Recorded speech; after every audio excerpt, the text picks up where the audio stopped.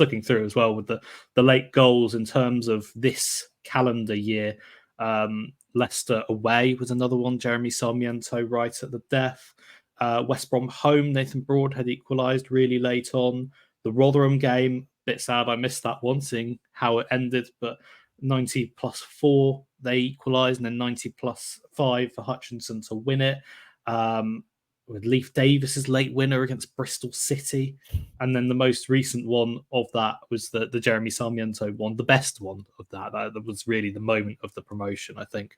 The fact that I rattled off, 4 or 5 there, that is in this calendar year. That's not factoring in what Ipswich had done in the first half of the season.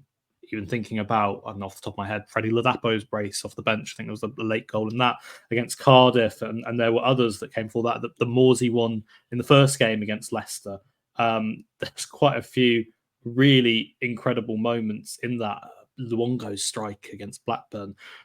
Does the fact that they've still got this in their locker, because it was a hugely important part of promotion last year, does the fact that they've still got that mentality give you that kind of confidence going into the rest of the season, just purely from a mentality-based perspective?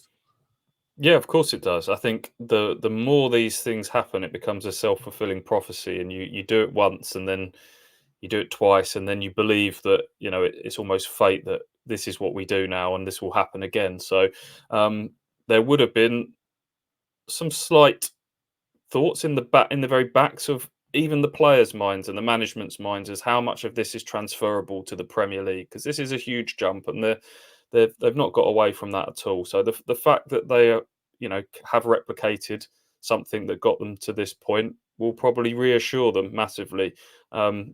Drawing this game in this manner feels a lot better than had they led and conceded a goal. So a point to point, it will be worth the same come the end of the season. But the way in which this one has been achieved, I think, is really important. Kieran McKenna's referenced last season in the Championship about laying some building blocks in place for the season, and put in the early stages of the season, you put some foundations down. And last year, we forget, amidst all the 4-3s and the 3-2s excitement, there were a lot of 1-0 wins on the road, and there were that put those foundations in place. And hopefully this little run of games now, with digging in for a 0-0 at Brighton, coming from behind and getting a late equaliser at Southampton, showing that Portman Road is pumping, and you can really sort of go at a team like Fulham and arguably deserve the win. I think we're showing that there's still a lot of variety in this Ipswich Town team, different ways to get points on the board.